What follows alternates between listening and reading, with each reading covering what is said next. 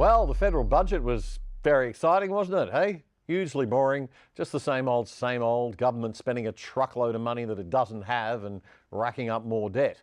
Buying the votes of the economically and financially ignorant with silly little handouts. Here's $300 of your energy bill, just giving our own money back to us and making it out to be some kind of gift.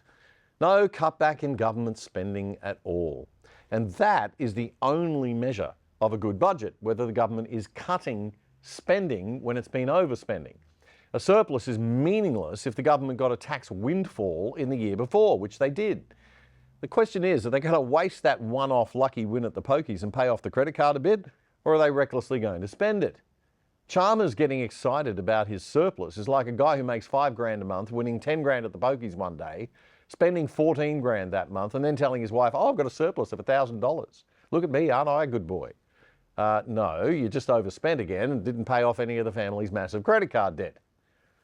Opposition leader Peter Dutton told the ABC News show, ABC Breakfast, the morning after the budget, that the government's handouts are just a band-aid on a bullet wound.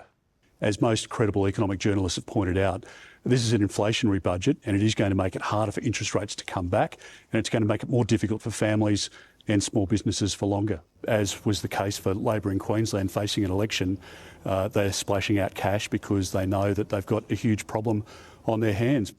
Mr Dutton told the taxpayer-funded government broadcaster that if we are going to be doing government handouts, we should be fixing a more serious problem in ways that will really help long term. We've got people living in cars and in tents.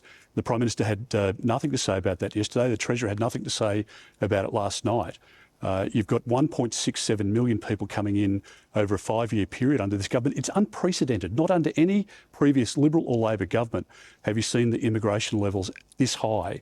And that means that with an 11-year low in building starts, you are seeing people lining up 30, 40 deep to find a rental property. People can't buy a house at an auction for love nor money.